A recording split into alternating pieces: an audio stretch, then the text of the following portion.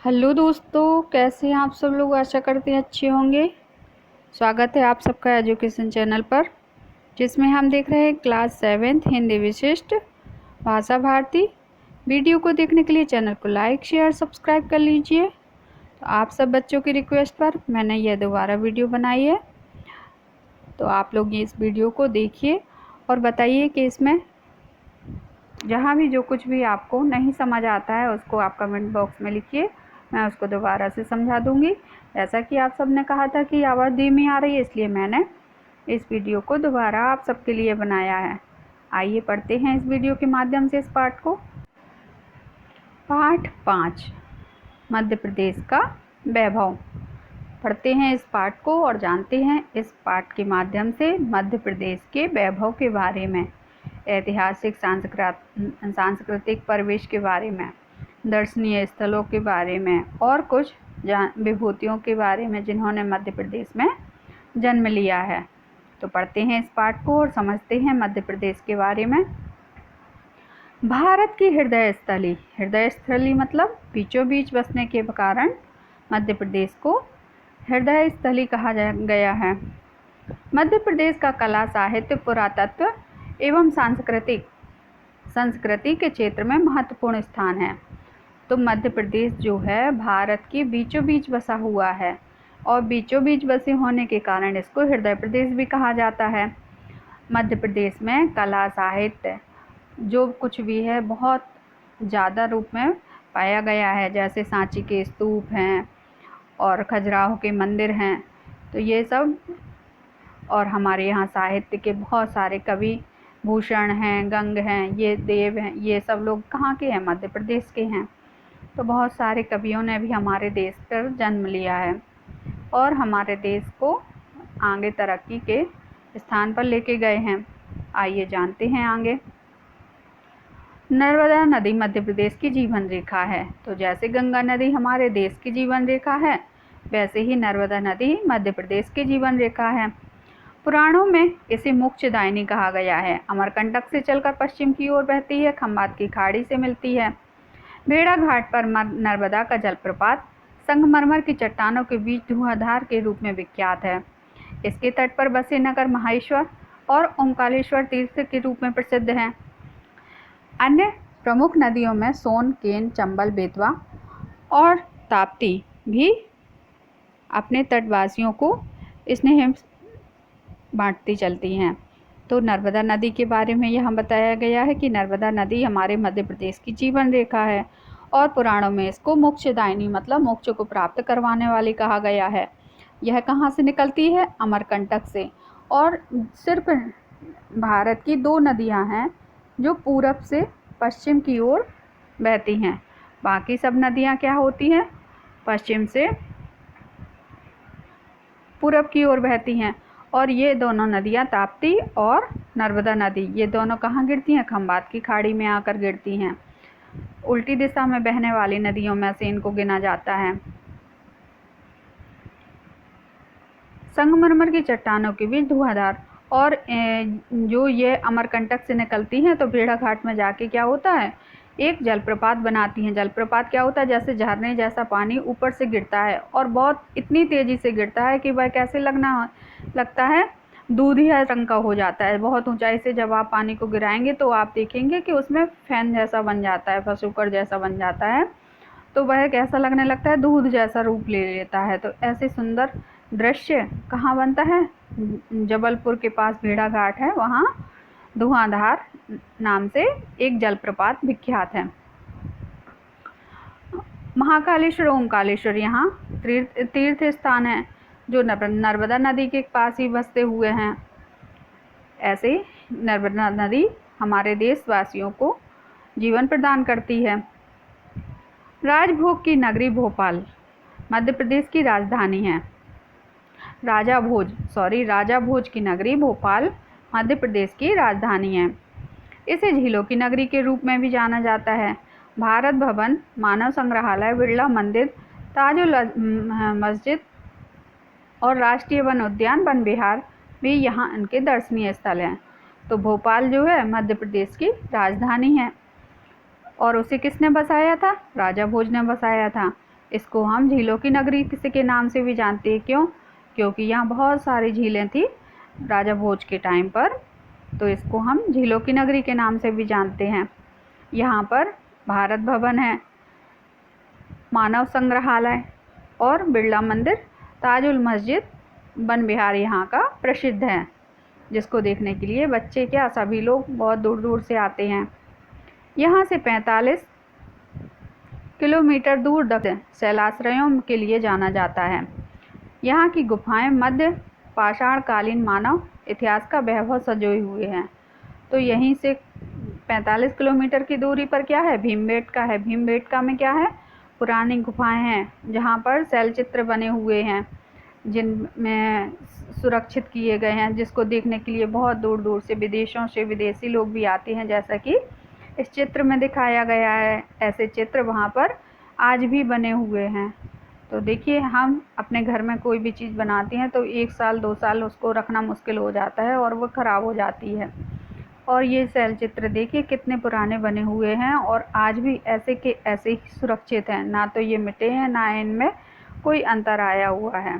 तो इसको देखने के लिए बहुत सारे विदेशी यहाँ पर पर्यटक के रूप में आते हैं।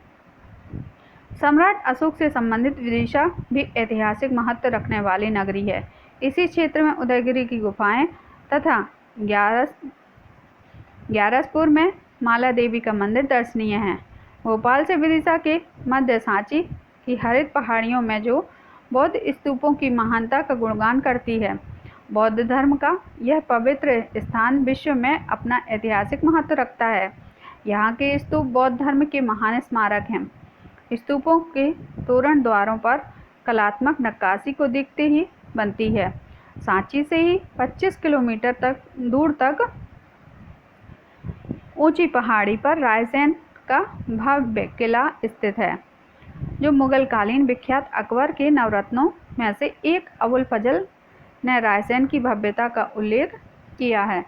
तो ये सांची के स्तूप भी वहीं देखे जा सकते हैं पास में ही, और इसकी भव्यता तो देश विदेशों में भी प्रसिद्ध है और वहाँ से भी देखने के लिए यहाँ लोग आते हैं और इस पर सर्च करते हैं, रिसर्च चलती है, वैज्ञानिक भी आते हैं कि कैसे इसको बनाया गया, कैसे इसको सुरक्षित रखा गया और कैसे यह आज भी सुरक्षित है इतने सालों के बाद।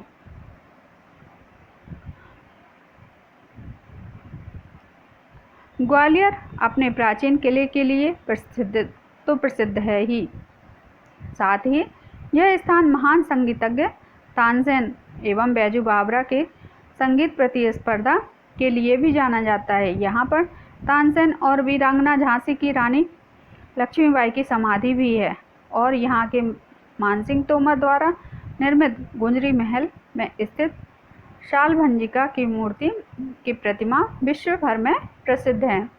तो जो ग्वालियर है मध्य प्रदेश में, वह किसके लिए प्रसिद्ध है? तानसेन जी के लिए। तानसेन जी की जन्मस्थली है ग्वालियर। तो तानसेन जी जो थे, कौन थे? अकबर के दरबार में एक संगीतज्ञ थे और ऐसे वैसे संगीतज्ञ नहीं थे, वह एक बहुत बड़े संगीतज्ञ थे। कहा जाता है कि जब यह अपने राग गाए जाते हैं, उनके बारे में आप शायद नहीं जानते होंगे, लेकिन जो राग गाए जाते हैं तो उस टाइम पे इन्होंने दीपक राग गाया था और दीपक राग जो गाया था तो उसको गाने से जो चारों तरफ दीपक रखे हुए थे वह अपने आप जल उठे थे। ऐसे ही जो मेघ मल्हार है, तो ये सब गाने से, मेघ मल्हार गाने से बारिश शुरू हो जाती थी, तो इनके रागों को गाने से सामने प्रदर्शित होता था कि इनकी रागों में कितनी भव्यता, कितनी ज़्यादा ताकत है। तो ऐसे संगीतज्ञ भी इसी भूमि पर जन्म लिया। संगीतज्ञों ने भी मध्य प्रदेश की इस भूमि पर जन्म लिया। वीरांगना झांसी रानी लक्ष्मीबाई की समाधि भी यहीं पर बनी हुई है। आगे है अशोकनगर जिले में स्थित चंदेरी नगर। साड़ियों के अलावा ऊंचे किले, खूनी दरवाज़ा, चंदन उद्यान, तालाबों और बावड़ियों के लिए प्रसिद्ध है। तो अशोकनगर में चंदेरी की साड़ियाँ सबने सुनी होगी, नाम सुना होगा, घर में पहनते भी होंगे। तो चंदेरी की साड़ियाँ यहाँ की प्रसिद्ध हैं और यहाँ खूनी दरवाज़ा, चंदन उद्यान, तालाब एवं बावड़ियों के लिए यह प्रसिद्ध है। संगीत प्रेमी बैजू बावरा की समाधि चंदेरी में ही है। चंदेरी एक क्या है? एक गांव शहर का नाम है, जगह का नाम है। तो चंदेरी में ही बैजू बावरा की समाधि है। दतिया, जैसे हम लोग कहते हैं ना मथुरा के पेड़ा, तो क्या मथुरा पेड़ा थोड़ी होगा? मथुरा एक स्थान है, ऐसे ही चंदेरी एक स्थान है। दतिया का पीताम्बरा पीठ देखिए, शक्तिपीठ है, देवी जी की स्थापना है यहाँ पर। यहाँ की देवी बहुत सिद्ध हैं। शिवपुरी का माधव राष्ट्रीय उद्यान वन तो बहुत सारे हैं यहाँ पर। राष्ट्रीय उद्यान मध्य प्रदेश में सबसे ज़्यादा हैं। वन उद्यान भी इसी क्षेत्र में के आकर्षक का केंद्र है। 7 पर्वत श्रृंखलाओं से बने सतपुड़ा पर्वतमाला का पर्यटन स्थल पचमढ़ी। यहाँ धूपगढ़, चौरागढ़ महादेव मंदिर और सूर्यास्त सूर्योदय के अनुपम दृश्य दर्शनीय हैं। तो जो यहाँ पर कहाँ, इंदौर के पास पचमढ़ी है। पचमढ़ी में जो सतपुड़ा की पर्वत श्रृंखला है, पर्वत श्रृंखला में सतपुड़ा की जो पर्वत श्रृंखला है उसमें जो धूपगढ़ की चोटी है, चौरागढ़ की है, महादेव का मंदिर है, तो इन सब पर जाकर सूर्यास्त और सूर्योदय की जो छटा बिखरती है, सुबह और शाम का जो दृश्य देखने लायक होता है, वह वहाँ जाके बहुत ही सुंदर लगता है। आप लोग देखिए जाके वहाँ पर पचमढ़ी में। यह सब भी कहाँ है? मध्य प्रदेश में ही है। यहाँ पर स्थित 5 गुफाएं पौराणिक महत्व रखती हैं। प्राकृतिक छटा के लिए रीवा जिले में स्थित चचाई जलप्रपात भी पर्यटकों को आकर्षित करता है। पवित्र मंदाकिनी तट पर निसर्ग की सुषमामयी भूमि है। चित्रकूट पौराणिक महत्व का यह स्थल भरत मिलाप के लिए श्रद्धा का स्थल है। कामतगिरी, हनुमान धारा, गुप्त गोदावरी और प्राचीनतम स्थापत्य कला के लिए भरहुत भी प्रसिद्ध है। प्रख्यात संगीतकार अलाउद्दीन खां की आराध्य देवी माँ शारदा का मंदिर यहाँ से निकट ही मैहर जिला सतना में स्थित है। तो सतना में हमारे मैहर की माता हैं, वह भी एक दर्शनीय स्थल है। विक्रम संवत को प्रारंभ करने वाले प्रख्यात सम्राट चंद्रगुप्त विक्रमादित्य अवंतिका के राजा थे। विक्रमादित्य जो थे कहाँ के राजा थे? अवंतिका के राजा थे, जिसे अब हम उज्जैन के नाम से जानते हैं। जो उज्जैन नगरी है उसे पहले क्या कहा जाता था? अवंतिका कहा जाता था। वे अपनी न्यायप्रियता, बुद्धिमत्ता, विवेकपूर्ण निर्णय और प्रजापालन के लिए इतिहास में अमर है। तो विक्रमादित्य का न्याय सभी को पता है, उनकी न्यायपूर्णता, बुद्धिमत्ता, इसके लिए वह आज भी हमारे देश के नाम को रोशन करते हैं। आज भी उनका नाम लिया जाता है। कालिदास 12 मेहर बाणभट्ट चंद्रगुप्त विक्रमादित्य के नवरत्नों में से एक थे। कालिदास कौन है? कवि हैं। इनकी कविताएं आज भी प्रसिद्ध हैं। 12 मेहर, बाणभट्ट, चंद्रगुप्त, ये सब कौन थे? ये सब विक्रमादित्य के नवरत्नों में से एक थे। नवरत्न कौन होते हैं? जो हमारे जैसे पहले राजा राजमहल में अपने नवरत्न रखते थे। कोई संगीतज्ञ अच्छा है, कोई कवि अच्छा है, कोई गणितज्ञ अच्छा है, कोई तो जो जिसमें निपुण होता था, ऐसे वह अपने राज्य में नवरत्न रखते थे। उज्जैन का प्रसिद्ध ज्योतिर्लिंग महाकाल भारत के 12 ज्योतिर्लिंगों में से एक है। वह भी कहाँ है? उज्जैन में ही है। महाकाल ज्योतिर्लिंग आप लोग गए हो घूमने के लिए। श्री कृष्ण की शिक्षा से जुड़े होने के कारण यहाँ संदीपनी आश्रम का पौराणिक महत्व है। तो श्री कृष्ण जी ने जहाँ शिक्षा ली थी, कहाँ पर ली थी श्री कृष्ण जी ने शिक्षा? संदीपनी आश्रम में। तो वह संदीपनी आश्रम भी कहाँ पर है? उज्जैन में ही है, मध्य प्रदेश में। प्रत्येक 12 वर्ष बाद उज्जैन में कुंभ मेला आयोजित किया जाता है और इसे सिंहस्थ पर भी कहते हैं। सिंहस्थ मेला लगता है ना, कुंभ का मेला, वह कहाँ लगता है? उज्जैन में लगता है। बहुत सारे लोग वहाँ उसको देखने के लिए और स्नान करने के लिए क्षिप्रा नदी पर पहुँचते हैं। क्षिप्रा नदी कहाँ बहती है? उज्जैन में ही बहती है। शिव मालवा सुबह बनारस की यह उक्ति चरितार्थ करती है।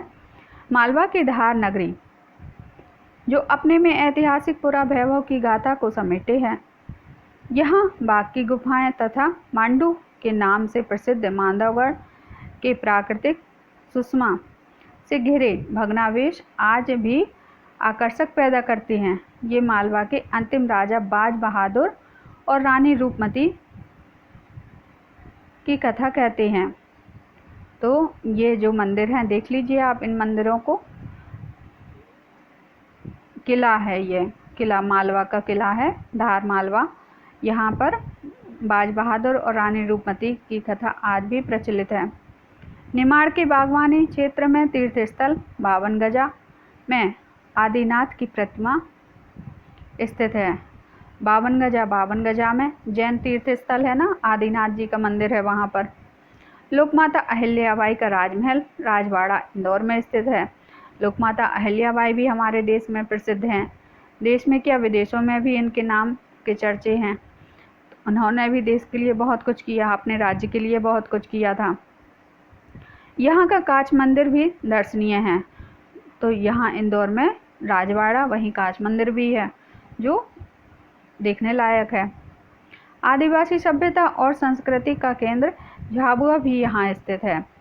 आदिवासी लोग जो है वह कहाँ रहती हैं, झाबुआ जिले में रहते हैं। झाबुआ के भावरा ग्राम में भारत के क्रांतिकारी चंद्रशेखर आज़ाद का जन्म हुआ था। तो इतने बड़े देश को आज़ाद कराने वाले क्रांतिकारी आज़ाद चंद्रशेखर आज़ाद जी का जन्म कहाँ हुआ था, भामरा ग्राम में, जो भी हमारे मध्य प्रदेश में ही पड़ता है। यहाँ का भगोरिया मेला प्रसिद्ध है। बहुत सारे मेलों का आयोजन भी मध्य प्रदेश में किया जाता है। समय समय पर यहाँ पर बहुत सारे मेले लगाए जाते हैं, जिनमें से भगोरिया मेला भी प्रसिद्ध है। यहाँ लोक आस्थाओं और विश्वासों में ईश्वरी की फागें, ईश्वरी कौन है, ईश्वरी एक कवि हैं जिनकी फागें मतलब जैसे गाने गीत भगत भजन कीर्तन होता है ना, ऐसे ही फागें गाई जाती हैं होली के टाइम पर। तो ईश्वरी की फागें आज भी गाई जाती हैं यहाँ पर, जीवंत है मतलब चलती हैं, आज भी गाना होता है वहाँ पर। ये बुंदेली के सुप्रसिद्ध लोक कवि हैं। तो जैसे सभी कवि होते हैं अपनी कविताएं लिखते हैं, ऐसी इन्होंने फागें भी गाई हैं। यहाँ के लोक नृत्य राई, शहरी, बधावा तो अंतर्राष्ट्रीय मंचों पर धूम मचा उठे हैं।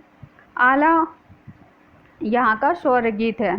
तो आप लोगों ने देखा होगा ओरछा धाम में आला उदल ने जन्म लिया। आला उदल है ओरछा धाम में, वहाँ का जो गीत है आला उदल का, तो वह आज भी गाया जाता है। और हमारे राज्य का, मध्य प्रदेश राज्य का जो गीत है, नृत्य है, राई नृत्य किया जाता है, बधावा नृत्य किया जाता है। यह सब अंतर्राष्ट्रीय मतलब इंटरनेशनल विदेशों में भी इसकी आज धूम मची हुई है, गाए और नाचे जाते हैं। बुंदेलखंड की शान कहे जाने वाले महाराजा छत्रसाल द्वारा छतरपुर नगरी बसाई गई।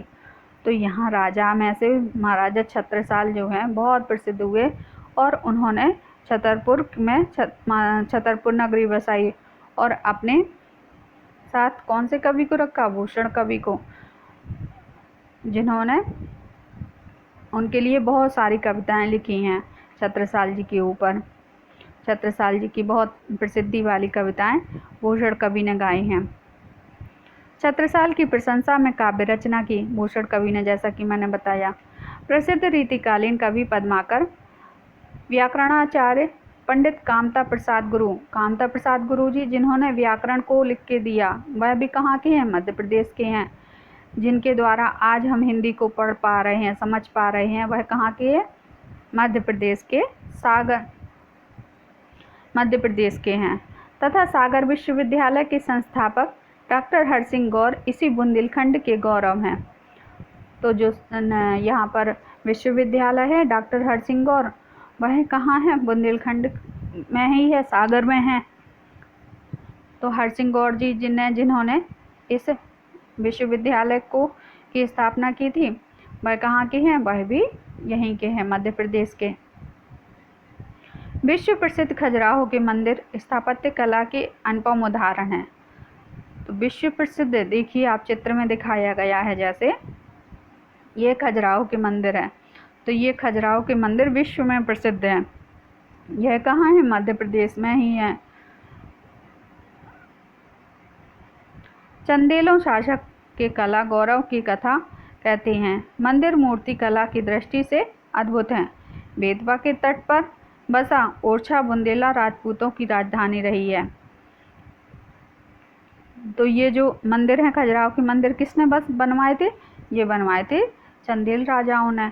चंदेल राजाओं के द्वारा इनका निर्माण कराया गया था और यह आज भी हमारे गौरव की गाथा को गाते हैं। ऐसे ही बेतवा नदी के तट पर ओरछा बसा हुआ है जो बुंदेला राजपूतों की राजधानी रहा है। हिंदी के सुप्रसिद्ध कवि केशव की प्रसिद्धि कृति रामचंद्रिका का सृजन भी यही हुआ था। जो रामचंद्रिका लिखी थी, किसने लिखी थी? केशव जी ने। केशव जी ने जो रामचंद्रिका लिखी थी तुलसीदास जी के रामचरितमानस के जैसे उन्होंने इस रामचंद्रिका को एक रात में लिखा था। तो जैसे केशव ने रामचंद्रिका को लिखा था, ऐसे ही तुलसीदास ने रामचरितमानस को लिखा था, लेकिन रामचरितमानस को लिखने में टाइम लगा था और उसमें आज रामचंद्र जी के संपूर्ण जीवन का परिचय दिया गया है। ऐसे ही केशव दास ने रामचंद्रिका को एक रात में लिखा था रामचंद्र जी के जीवन परिचय के बारे में। रामचंद्रिका का सृजन कहाँ, मतलब रामचंद्रिका कहाँ लिखी गई थी? ओरछा में ही लिखी गई थी। कवि बिहारी का संबंध भी ओरछा से है। बिहारी कवि जिन्होंने बिहारी सप्ताही लिखी हुई है, उनने छोटे गागर में सागर भर देने वाली बात कही है बिहारी जी ने। वह भी कहाँ के हैं? वह भी ओरछा के हैं। यहाँ पर रामराजा मंदिर का अनुपम दृश्य है। रामराजा मंदिर बसा हुआ है जिसको देखने के लिए जाने कहाँ कहाँ से लोग आते हैं। इसके पीछे भी बहुत सारी किंवदंतियाँ हैं जिनको अगर हम यहाँ शुरू करेंगे तो ये वीडियो बहुत बड़ी हो जाएगी, इसलिए हम इस पार्ट को समझते हुए आगे बढ़ते हैं। भारत के राष्ट्रीय वन उद्यानों में से सबसे अधिक वन उद्यान मध्य प्रदेश में ही है। जैसा मैंने पहले बताया था कि यहाँ पर बहुत सारे जंगल, बहुत सारे वन हैं और राष्ट्रीय उद्यान भी है जिनकी संख्या 9 है। तो इनकी संख्या दी गई है 9 है। इनमें मंडला बालाघाट जिले में स्थित कान्हा किसली राष्ट्रीय उद्यान प्रदेश का सबसे प्रसिद्ध और पुराना राष्ट्रीय उद्यान है। यहाँ पर बहुत सारे सफ़ेद शेर भी पाए जाते हैं। बाघ, सभी प्रकार के जानवर इन राष्ट्रीय उद्यानों में पाए जाते हैं। इसके अतिरिक्त बांधवगढ़ उमरिया जिले में, माधव राष्ट्रीय उद्यान शिवपुरी जिले में, सतपुड़ा राष्ट्रीय उद्यान होशंगाबाद जिले में, पन्ना राष्ट्रीय उद्यान पन्ना जिले में, पेंच राष्ट्रीय उद्यान सिवनी में, वन विहार भोपाल में, जीवाश्म राष्ट्रीय उद्यान मंडला में स्थित हैं। इन राष्ट्रीय उद्यानों में मुख्यतः बाघ, बारहसिंगा, चीतल, सांबर, कृष्णमृग, तेंदुआ, नीलगाय, भालू, गौर, चौसिंगा, चिंकारा, जंगली सुअर, भेड़िया, सोनकुत्ता आदि बहुत सारे जानवर यहाँ पर, छोटे बड़े जानवर यहाँ पर रहते हैं। ऐसे ही सुखपर, फाख्ता, मोर, कबूतर, तीतर, बटेर, चील, गरुड़, बगुला, सारस, बनमुर्गी, धनेश, किलकिला, मैना आदि पक्षी यहाँ पाए जाते हैं। जीवाश्म राष्ट्रीय उद्यान में वनस्पति जीवाश्मों को संरक्षित किया गया है। छात्र छात्राओं में वन प्राणियों, जीव जंतुओं और पर्यावरण के प्रति चेतना बढ़ने हेतु मध्य प्रदेश स्कूल शिक्षा विभाग द्वारा प्रतिवर्ष मोगली उत्सव मनाया जाता है। तो जो मोगली कार्टून जो चलता है, अभी कार्टून चलता है, पहले सीरियल आता था, जो कार्टून चलता है वह मोगली उत्सव यहाँ पर मनाया जाता है। इसका राज्य स्तर का प्रथम कार्यक्रम पेंच राष्ट्रीय उद्यान में किया गया था। भीमबेटका जैसी अनेक गुफाओं में आदि मानव द्वारा हजारों वर्ष पहले बनाए गए कंदराओं दीवारों पर आकर्षक चित्र उनकी इच्छा शक्ति और जिजीविषा के प्रतीक हैं। प्रदेश में हिंदी जहाँ शीश पर मुकुट के रूप में शोभायमान है, वहीं बुंदेली, मालवी, भीली, भगेली, निमाड़ी बोलियाँ इस मुकुट में जड़ें कीमती मोती हैं। तो यहाँ जो बोली बोली जाती हैं वह भी बहुत प्रसिद्ध हैं और उसमें बहुत सारी कविताएं लिखी गई हैं बुंदेली में। तो गाने भी गाए गए हैं। अन्य भाषाओं में इसका श्रृंगार करती हैं और यह अन्य भाषाओं में जाकर उसका श्रृंगार करती हैं मोती की तरह। प्रदेश में गणेश उत्सव, दुर्गा पूजा, विजयादशमी और दीपावली के साथ साथ सद्भाव और भाईचारे के प्रतीक पर्व होली, ईद, क्रिसमस उत्साह से मनाए जाते हैं। तो सभी त्यौहार यहाँ बड़े उत्साह के साथ मनाए जाते हैं। मानवीय मूल्यों के समाज में स्थापित करने में इनका महत्वपूर्ण योगदान है। अपनी खुशियों को प्रदर्शित करने और उन खुशियों में सम्मिलित होने का निमंत्रण देते लोक नृत्य बधावा, डिमरिया पैरों को थिरकने के लिए विवश कर देते हैं। तो यहाँ के जो लोक नृत्य हैं वह हमको भी नाचने के लिए मजबूर कर देते हैं। आप देखिए इन नृत्यों को, बहुत ही अच्छे नृत्य होते हैं। समाज में सामुदायिकता, सहयोग के संदेश के लिए ढोला मारू, माच और स्वांग लोक नाट्य प्रसिद्ध हैं। तो जो लोक नाट्य हैं, नाट्य कला जानते हो, जैसे नाटक के रूप में स्वांग वगैरह रचे जाते हैं, तो वह यहाँ के बहुत प्रसिद्ध हैं। विभिन्न भाव बिखेरता फाग, कजरी, तिवारी, दादरा, भजन, ठुमरी लोकगीत लोक भावनाओं की सुरीली अभिव्यक्ति है। ऐसे ही लोक भावनाओं की सुरीली अभिव्यक्ति है। लोकगीतों के माध्यम से लोग अपनी अभिव्यक्ति को, अपने मन की बातों को व्यक्त करते हैं। तो यहाँ पर यह समय समय पर गाए बजाए जाते हैं। सांस्कृतिक ऐतिहासिक दृष्टि से संपन्न हमारा मध्य प्रदेश लघु भारत ही है। तो संपूर्ण भारतवर्ष को प्रदर्शित करता हुआ हमारा मध्य प्रदेश जो है, सभी पूरे भारतवर्ष को क्या है, दिखाता है। पूरे भारतवर्ष की कलाओं को प्रदर्शित करता है। मध्य प्रदेश के वैभव की मिठास यहाँ के निवासियों के हृदय में रची बसी है। तो यहाँ की जो भी ये जीवंतता है वह सभी में अंदर अंदर तक रची बसी हुई है। तो कभी आप घूमिए अपने मध्य प्रदेश को, देखिए अपने मध्य प्रदेश को, आसपास जाके समझिए। बहुत सारी चीज़ें यहाँ पर देखने और समझने लायक हैं, जो कि हमें आसपास के देशों में देखने मिलती है। जो लोग विदेशों में जाकर घूमते हैं, देखते हैं, वह हमारे यहाँ पहले से ही है। तो यहाँ यह पाठ समाप्त होता है।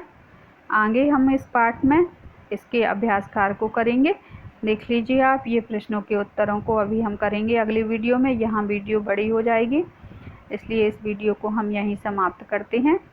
आगे की वीडियो में इन पाठों को और करेंगे, इसके अभ्यास कार्य को करेंगे। यहाँ इसको समाप्त करते हैं। धन्यवाद।